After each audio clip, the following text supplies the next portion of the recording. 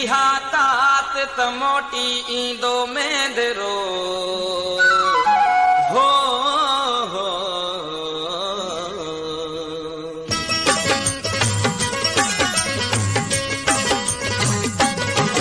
आयो चढ़ी तूं बे आओ लड़ी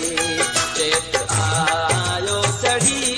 तूं बे आओ लड़ी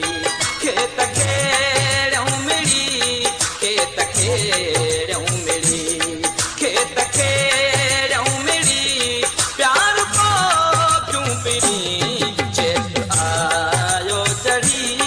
तूं बे आओ लड़ी चेत आयो चढ़ी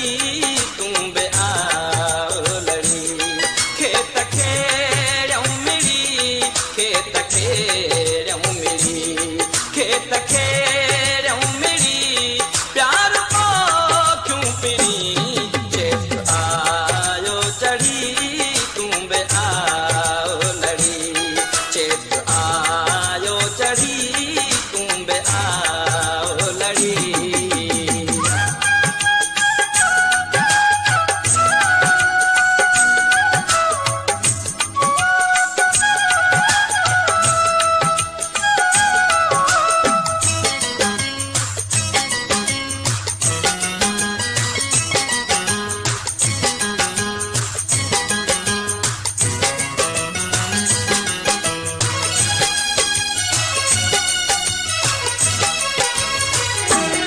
खेत बहकी उथन